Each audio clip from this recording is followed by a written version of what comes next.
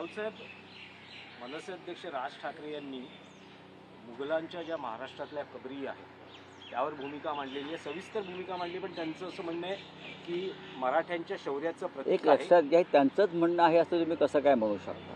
नाही, काल त्यांनी सातत्यानं आम्ही हेच म्हणतो आहोत ना. हे जे देवेंद्र फडणवीस यांना राज ठाकरे यांनी पाठिंबा दिलेला आहे, काल आपण त्यांचं भाषण ऐकलं, ते देवेंद्र फडणवीस यांच्या बागेत ठामपणे उभे आहेत. आणि हे कबरी वगैरे उखडण्याचं राजकारण भारतीय जनता पक्षाने फडणवीसांच्या लोकांचं आहे.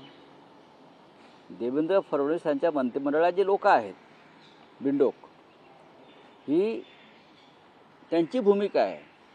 हे वातावरण त्यांनी खराब केलेलं आहे आणि देवेंद्र फडणवीस यांनी त्यांच्यावर कोणतीही कारवाई केली नाही आणि ते मूकपणे या सगळ्यांना पडद्यामागून उत्तेजन देत राहिले. त्याच्यामुळे देवेंद्र फडणवीस यांनी चांगलं काम केलं तर आम्ही त्यांना पाठिंबा देऊ, हे चांगल्या कामाची यादी त्यांनी जाहीर केली पाहिजे होती. काल त्यांना कोणत्या चांगल्या कामाची अपेक्षा देवेंद्र फडणवीस यांच्याकडून आहे? कुणाल कामरा यांचा स्टुडिओ फोडला आणि त्यांना गुन्हेगारांना पाठीशी घातलं, हे चांगलं काम आहे का? मुंबईमध्ये मराठी माणसाची पिछेहाट सुरू आहे, महाराष्ट्रातून उद्योग बाहेर चाललेले आहेत आणि देवेंद्र फडणवीस त्याच्यावरती काहीच बोलत नाही, ते चांगलं काम आहे का? मुंबईत मराठी माणसाला घर नाकारलं जात आहे, मराठी संस्कृतीवरती हल्ला होतो आहे, हे चांगलं काम असेल तर जरूर देवेंद्र फडणवीस यांना पाठिंबा देणं ही राष्ट्राची गरज आहे, ही राष्ट्राची गरज आहे.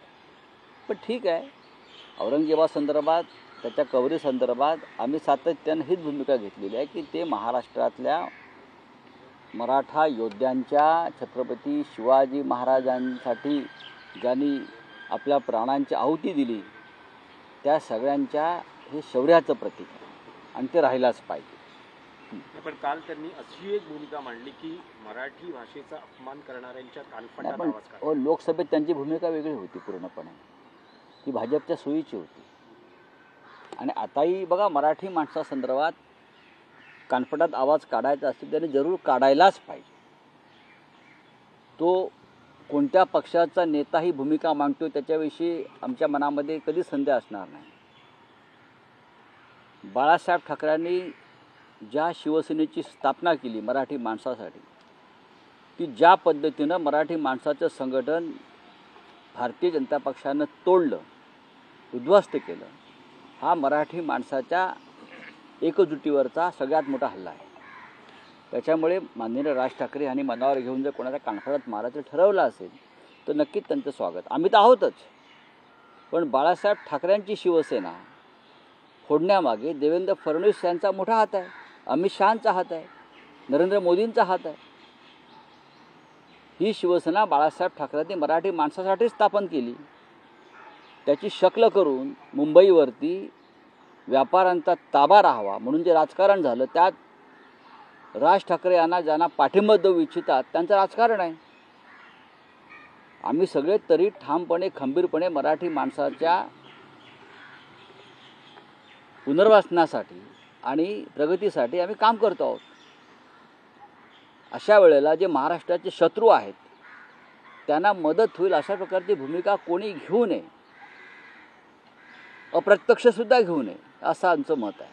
घाटावर प्रेस जाळणे हा कोणता धर्म असं पण ते म्हणाले. कशावर? घाटावर. बघा, त्यांचं इतकं मोठं भाषण आहे तर प्रत्येक मुद्द्यावर बोलता येणार नाही. पण राज ठाकरे यांच्या संपूर्ण भाषणाविषयी म्हणजे असं म्हटलं जाते की त्यांचं कालचं भाषण हे सर्वसमावेशक होतं, ज्यात इलेक्ट्रॉनिक वोटिंग मशीनच्या काय एकूण प्रकाराचा मुद्दा होता, नद्यांच्या असेल ना. बघा, ते एका पक्षाचे प्रमुख आहेत, एका पक्षाच्या प्रमुखानं त्यांच्या मेळाव्यात केलं ते भाषण आहे, ते करू द्या ना, काही हरकत नाही. त्या प्रत्येक मुद्द्यावरती आम्ही विश्लेषण केलं पाहिजे असं काही नाही. कशा करता करावं? काल नरेंद्र मोदींचं भाषण झालं ना, काय ते म्हणे संघाने गुलामीच्या बेड्या तोडल्या. हा त्यांनी शोध कुठून लावला? हा शोध त्यांनी कुठून लावला?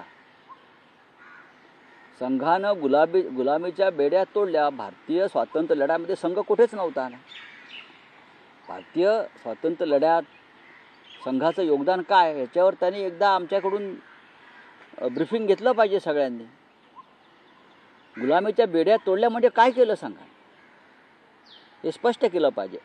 गुलामीच्या 150 वर्ष हा देश गुलामीच्या बेड्यात जखडलेला होता. काँग्रेस म्हणजे महात्मा गांधींपासून पंडित नेहरू, लालबहादूर शास्त्री, सरदार पटेल, भगतसिंग, वीर सावरकर या सगळ्यांच्या नेतृत्वाखाली एक लढा झाला आणि गुलामीच्या बेड्या तुटल्या. त्यात मोदी म्हणतात त्यात तो संघ कधीच नव्हता आणि कुठेही नव्हता. लोकांसमोर खोटा इतिहास ठेवण्याचं जोपर्यंत बंद होत नाही तोपर्यंत या देशाच्या जनतेची मानसिकता सुधारणार नाही. तुम्ही लोकांना अंधभक्त करताय, भ्रमिष्ट करताय, वेडे करताय. हा देश एक दिवस जगामध्ये वेड्यांचा देश, खोटाड्यांचा देश म्हणून यादीमध्ये एखाद्या यायचं. राऊतसाहेब, कुणाल कामरा आज मुंबई पोलिसांपुढे चौकशीला हजर राहण्याची शक्यता व्यक्त केली जाते. अजूनपर्यंत कुणाल कामरानं तशी काही मुंबई पोलिसांना माहिती दिलेली नाही, पण असंही म्हटलं जातं आहे आणि त्याने स्वतः पोलिसांनाही कळवलेलं आहे की त्याच्या जीविताला धोका आहे. नक्कीच. खरं म्हणजे देवेंद्र फडणवीसांना जर चांगलं काम करायचं असेल तर त्यांनी त्यांच्या मंत्रिमंडळाचे जे सदस्य आहेत त्यांनी कुणाल कामराला ठार मारण्याची धमकी दिली आहे. असा माणूस मंत्रिमंडळात कसा राहू शकतो? दुसरा जर कोणी असता त्याला एवढ्याला पोलीस घेऊन गेले असते आणि जीवे मारण्याच्या धमकीबद्दल त्याला मोका लावला असता.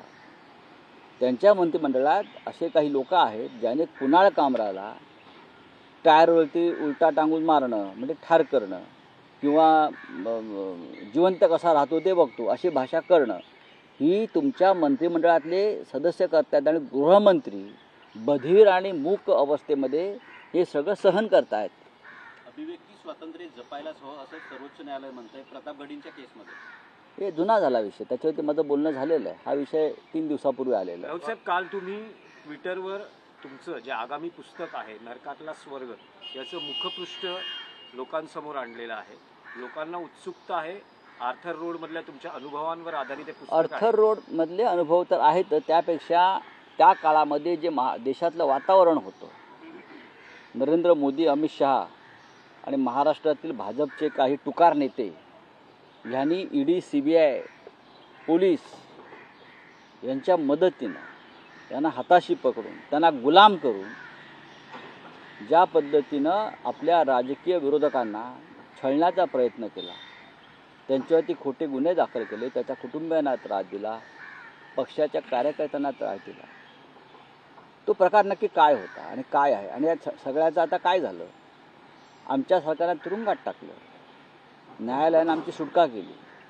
या सगळ्यांवरती अनुभव जे आहेत माझे, त्या संदर्भात मी जी तुरुंगात टिपणं केली, जो विचार केला, त्याचं पुस्तक प्रसिद्ध व्हावं असं माझ्या अनेक सहकाऱ्यांचं म्हणणं होतं. कारण मी सतत लिहित असतो, संपादक म्हणून, लेखक म्हणून. पण या विषयावर स्वतंत्र पुस्तक करावं म्हणून ते पुस्तक तयार झालेलं आहे. आणि साधारण पुढल्या 15 दिवसामध्ये नरकातला स्वर्ग या पुस्तकाचं प्रकाशन मुंबईत होईल. मराठी, हिंदी आणि इंग्रजी पुस्तकाचं प्रकाशन हे दिल्लीला होईल असं साधारण आमची योजना आहे. तर पाहू आता त्याच्याकडे लोक कसं स्वागत करतात. प्रकाशन करावं असं चालू आहे त्याच्यावर चर्चा. मुंबई मराठीतलं तर आम्ही करूच इथे. त्याच्यावर आम्ही सगळे आमचे प्रकाशक जे आहेत, शरद तांदळे किंवा इतर काही माझे सहकारी आणि मित्र आहेत, आम्ही सगळे मिळून ठरवतो आहे. कारण हे सगळे अनुभव हे देशाच्या जनतेपर्यंत जावेत. माझ्याप्रमाणेच अनेक लोक तुरुंगात गेले. म्हणजे संसदेमध्ये माझ्याबरोबर साकेत गोखले आहेत, ते साबरमती तुरुंगात होते. संजय सिंग तुरुंगात राहिले, अरविंद केजरीवाल तुरुंगात राहिले, हेमंत सोरेन राहिले, अशा अनेक, मनीष सिसोदिया राहिले, इथे अनिल देशमुख राहिले, त्यानंतर इथे नवाब मलिक तुरुंगात गेले.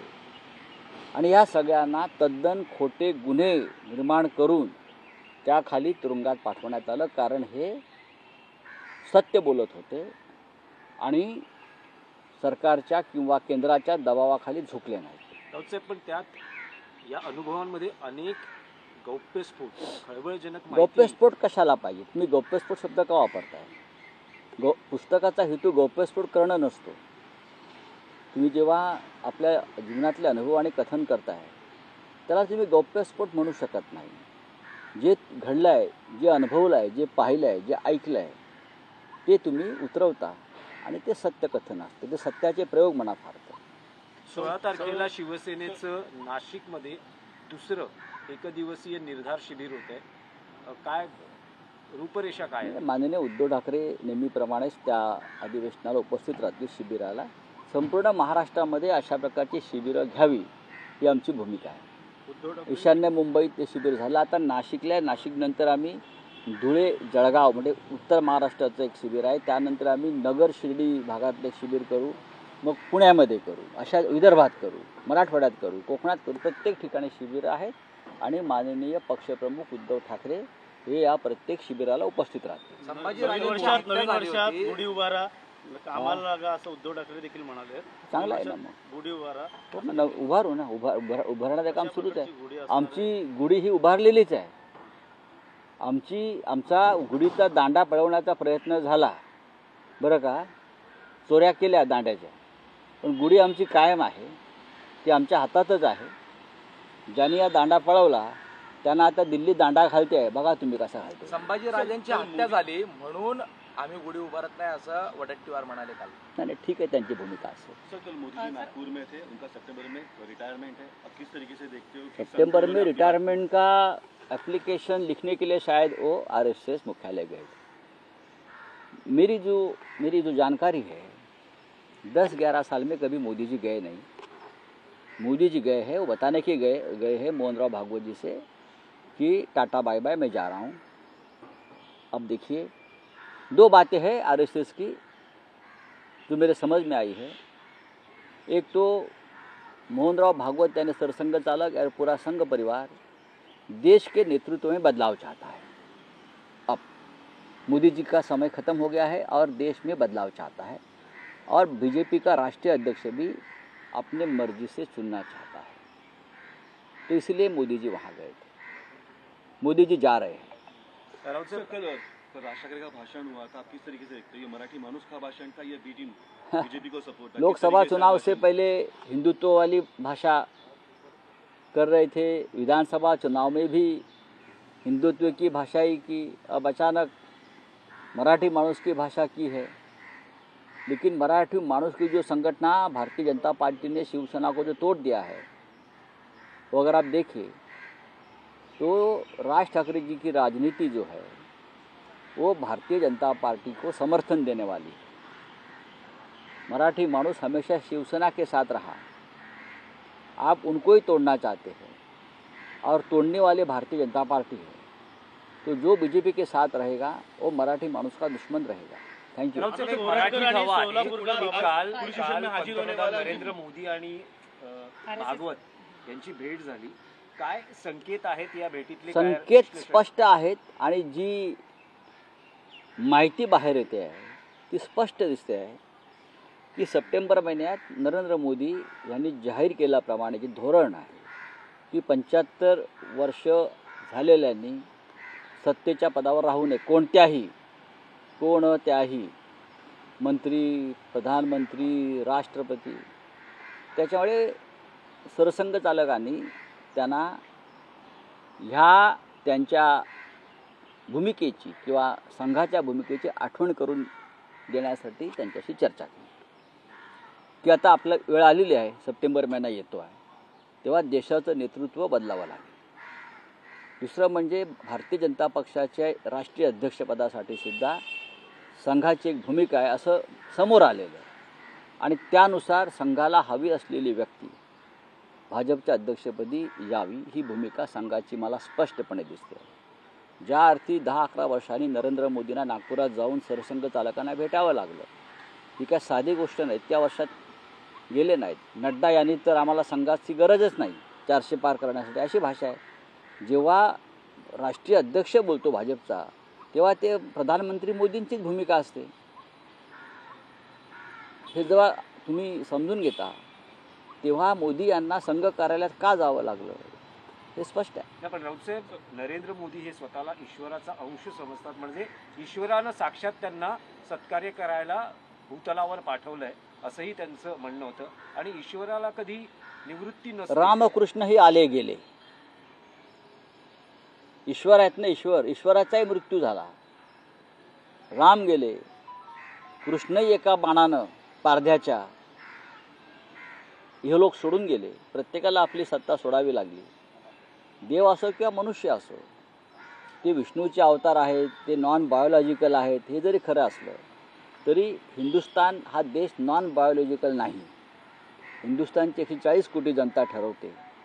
तुम्ही त्यांना किती मूर्ख बनवायचा प्रयत्न केलात तरी तुम्ही जे एक धोरण स्वतःसाठी तयार केलेलं आहे, आपल्या सहकाऱ्यांसाठी 75व्या वर्षी निवृत्त व्हावं लागेल आणि तुम्हाला केदारनाथच्या गुफेत जावं लागेल. फकीर आदमी है, झोला लेकर आया था, अब झोला भरकर जाएगा. झोला बहुत भरा है उनका. नाही, पण तुम्हाला काय वाटतं की मोदींचे झाले तर मग- वारसदार कोण असतील? आ मोदींचे वारसदार कोण असतील? ते राष्ट्रीय स्वयंसेवक संघ ठरवेल असं दिसतं या क्षण. मोठ्या प्रमाणात रस्सीखेच बघायला मिळेल. म्हणूनच मोदींना काल बोलवून त्यांच्याशी चर्चा करण्यात आली. आणि संघाची चर्चा ही बंद दाराआड असते.